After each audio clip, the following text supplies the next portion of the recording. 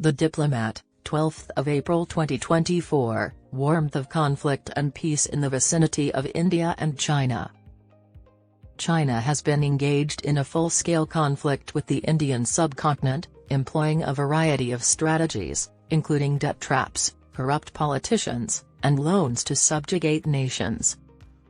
The bilateral relationship between Japan and China has frequently been described as a cold peace.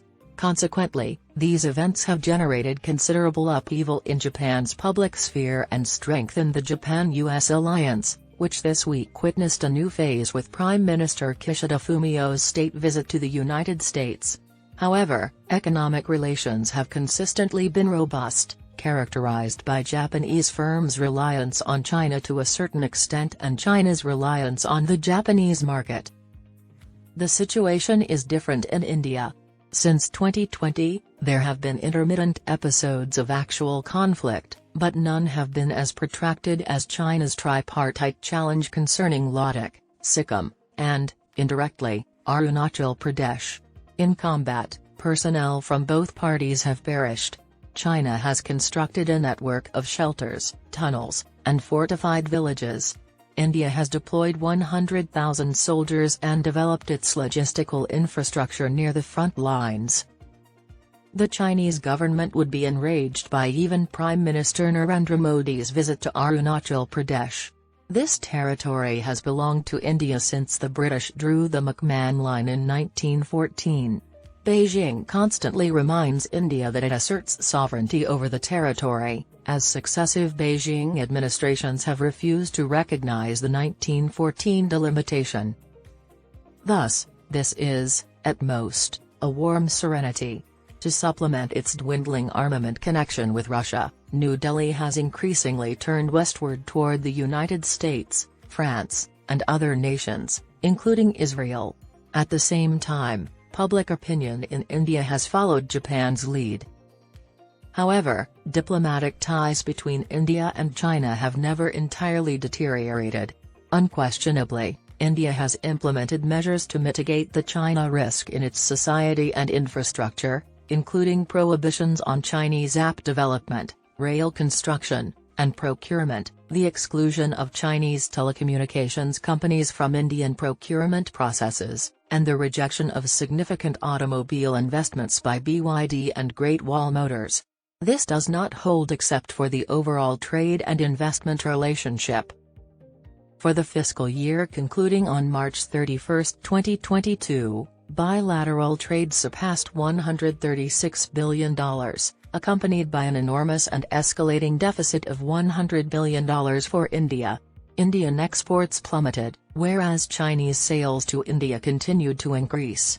BYD is undoubtedly delighted to sell automobiles but cannot manufacture them domestically in India. Indian officials assert their receptiveness to Chinese investments, alluding at Davos in January 2024 that this receptiveness might intensify as the border environment stabilizes. The prospective long-term benefits for India or China are unclear.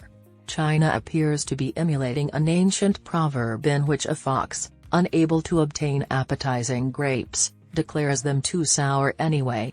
Foreign-oriented publications such as the Global Times and China's India experts pronounce India a graveyard for investments and exaggerate the notoriously tricky nature of conducting business there. According to some non-Chinese analysts, India has been compelled to further embrace a quasi-alliance with the United States and a solid strategic partnership with France, which implies less conditionality on weapon procurement due to China's belligerent behavior along three border theaters. However, this is the consequence of Xi Jinping's China exporting throughout Asia. China appears oblivious to developments such as the Quad, AUKUS, Japan's increasing military budget, and European Indo-Pacific designs that exclude China. This belief in the gradual erosion of will in democracies appears to be more significant to Xi's China than the current power balance. Significant is China's new defense budget increase of 7.2%.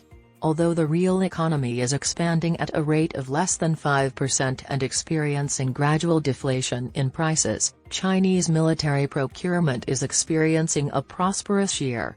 With 450 vessels, increased projection across the Indian Ocean, and a substantial base in Djibouti, China is gaining a strategic advantage over all nations except the United States Navy, which it may soon be able to match.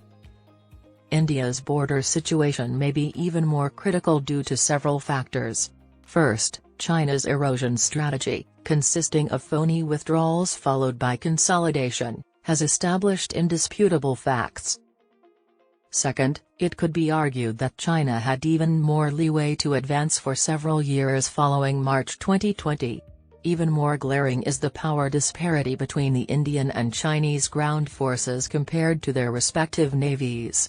Led by feeble and protracted logistical lines, India's military could have been further defeated.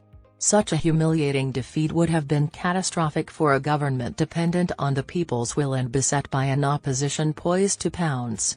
Xi Jinping, a cautious competitor who weighs his options, refrained from exploiting his advantage to such an extreme degree. India is diligently striving to mitigate its susceptibility to threats beyond its borders. This is the fundamental justification for its effort to acquire armaments, whether manufactured in India or imported from the West. Modi has also been confronted with the ongoing, albeit diminishing, reliance on Russian weapons and weaponry. The factors above have influenced India's diplomatic stance and response to China's challenges, nodding to its historical tradition of neutrality. Subramaniam Jaishankar, the Foreign Minister of India, aptly described his notion of multi-alignment as an attempt to leverage the advantages of Western backing while maintaining a receptive stance towards alternative allies, such as China and conceivably Russia, should the prospect of negotiations materialize. Their shared objective of achieving strategic autonomy and functioning as a power for equilibrium has facilitated their relationship. This common ground unites the two nations.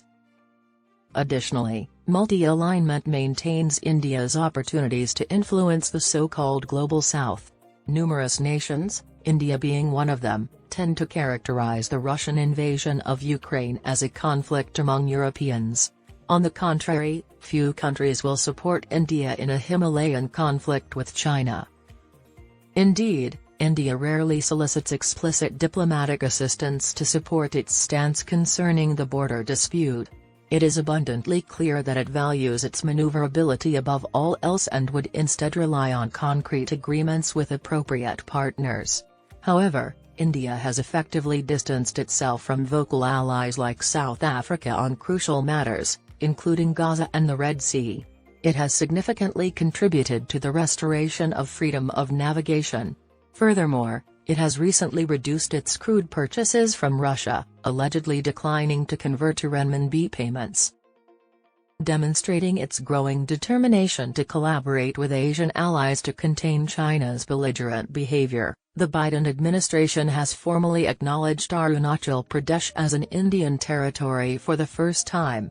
Additionally, it has unequivocally stated its opposition to any unilateral incursion or motion beyond the line of actual control, LAC. Despite the susceptibility of such statements to doubt in the volatile political climate of the United States, this represents a diplomatic triumph for India. In light of a critical situation in the Himalayas and the need to maintain the appearance of balanced diplomacy on numerous issues while seeking assistance, India is currently overcoming these obstacles before a national election. With no strategic surprises from China, it is anticipated to emerge stronger from this phase onward. The confrontation between India and China contributes to an increasing convergence of interests with the European Union and its member states. Economic security concerns, including the need for supply chain diversification and the potential for economic coercion, undoubtedly foster closer ties between Europe and India. Europe and India have legitimate concerns about China under Xi Jinping, including its use of force and the degree to which it may threaten the international security order.